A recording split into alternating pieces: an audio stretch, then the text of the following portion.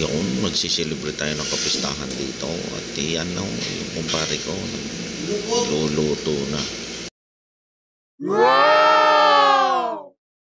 Yung chicken strips, napakasarap nito.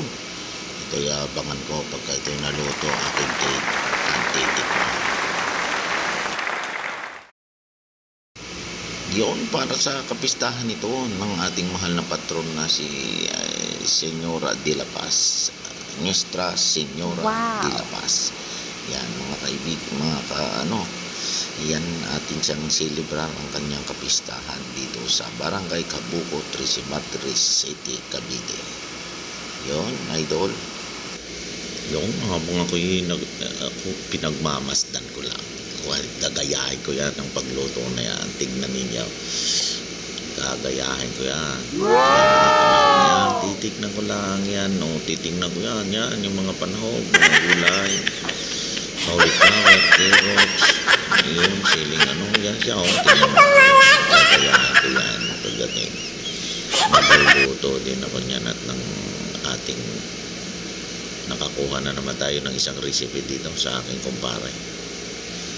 Sige, abangan natin ang luto ko. Yun, pasikat na yung araw dyan. Siya. Pero malapit na rin yan maluto. Yan lang yung mga panahog na lang yung sa kapistahan yan ni Señora de la Paz. So, yun, yun mo. Umaga na dumapad yan ang isa kong kumpare, ha. Yan, yan, ilagay na yung tomato sauce. Ay,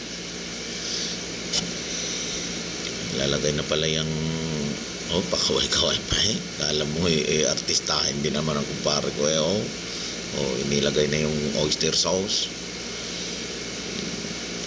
Yan, tingnan mo pa magana. Yan, mikos-mikosin lang yan ng kaunti. Sige, yan, mikos nila. Yan, nilalagay ng hot sauce. Dalawa. Yun, nagkakapinaaw. Mga lalapang dyan mamaya magdatingan na yan. Yan, dalawang bote. Mikos na naman. Mikos na. Sige, mikos.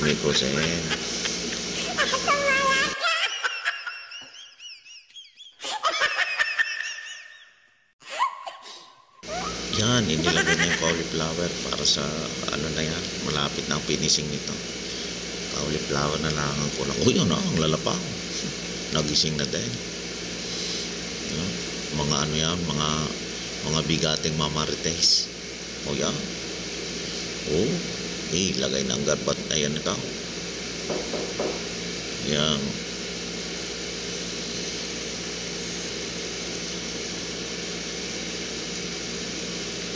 Yan na. Takpan. Tapos ilagay niya yung siling malaki. Bell pepper. So, maya yan ayos na. Titikiman lang na yan ng ayos na.